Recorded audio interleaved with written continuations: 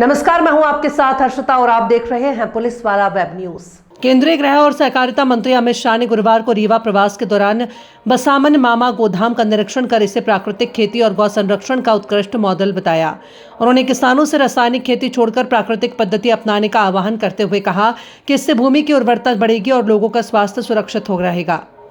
पूर्व प्रधानमंत्री अटल बिहारी वाजपेयी की जयंती पर मध्य प्रदेश दौरे पर पहुंचे अमित शाह ने ग्वालियर में अभ्युदय मध्य प्रदेश ग्रोथ समिट के बाद रीवा पहुंचकर गोधाम का अवलोकन किया। उन्होंने कहा कि बसामन मामा गोधाम प्राकृतिक खेती का जीवंत उदाहरण है, जहां गोबर और गौमूत्र से जैविक उत्पाद तैयार कर किसानों की आय बढ़ाई जा रही है।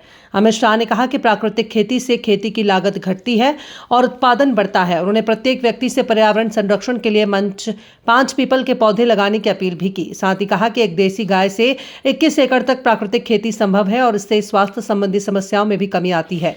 उन्होंने अटल बिहारी वाजपेयी को याद करते हुए कहा कि उनका रीवा से विशेष लगाव था और वे बघेली भाषा से गहरा प्रेम करते थे। इस अवसर पर मुख्यमंत्री मोहन यादव, उप मुख्यमंत्री राजेंद्र शुक्ल, प्रभारी मंत्री प्रहलाद पटेल सहित कई जनप्रतिनिधि मौजूद रहे। बसामन मामा गोधाम अब प्राकृतिक खेती, गौ संरक्षण और ग्रामीण समृद्धि का राष्ट्रीय मॉडल बनकर उभर रहा है। हमारे माननीय गृह मंत्री जी, माननीय प्रधानमंत्री जी लगातार नवाचार को, अच्छे कामों को प्रोत्साहन दे रहे हैं।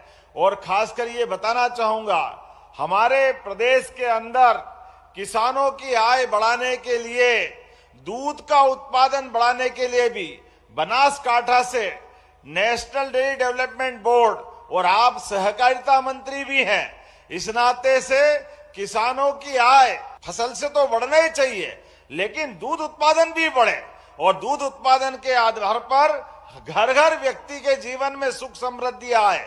इसलिए दूध और दुधारू पशु, देसी पशु, जिनके आधार पर हमारे गोवंश से हमारी खेती का भी रकबा सुधरे, खेती की आय भी बढ़े, ऐसे उद्देश्य के लिए हमारी सरकार ने नेशनल डेयरी डेवलपमेंट बोर्ड के माध्यम से एमओयू किया।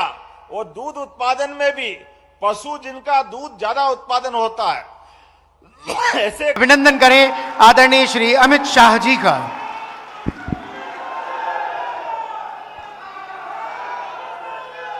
मेरे साथ बोलिए, भारत माता की।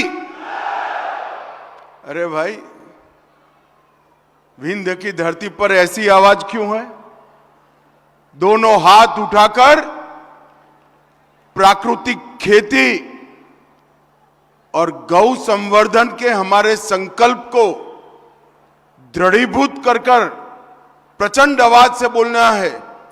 दोनों हाथ उठाइए, जरा संकल्प की मुट्ठी भींचिए और प्रचंड आवाज से बोलिए, भारत माता की। मंच पर उपस्थित मध्य प्रदेश शासन के मुख्यमंत्री श्रीमान मोहन यादव जी, यहीं के जनप्रतिनिधि और उप मुख्यमंत्री आदरणीय अमित शाह जी का स्वागत करते हुए हम लोगों को बड़ी प्रसन्नता है।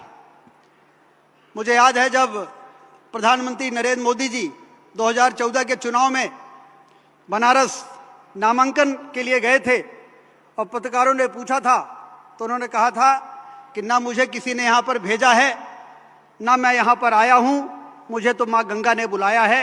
ये नरेंद्र मोदी जी ने उस समय कहा था। और आज जब आदरणीय अमित शाह जी हमारे बीच में हैं, तो हम लोग ये सोचते हैं कि अमित शाह जी यहाँ पे कैसे आए हैं। तो इस निष्कर्ष पर मैं पहुंचता हूं कि 9000 से ज्यादा जो गौ माताएं यहाँ पर हैं, उन्होंने अमित शाह जी को यहाँ पर बुलाया है।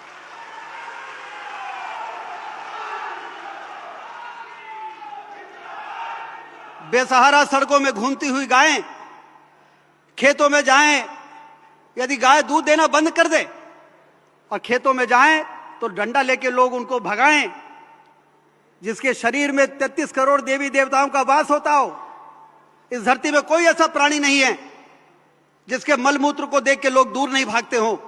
अकेले गौमाता और गौवंश हैं जिनके मल और मूत्र की पूजा में जिसका उपयोग होता है। यदि इनके गोबर और गौमूत्र का उपयोग कर लिया जाए तो प्राकृतिक खेती में प्रधानमंत्री नरेंद्र मोदी जी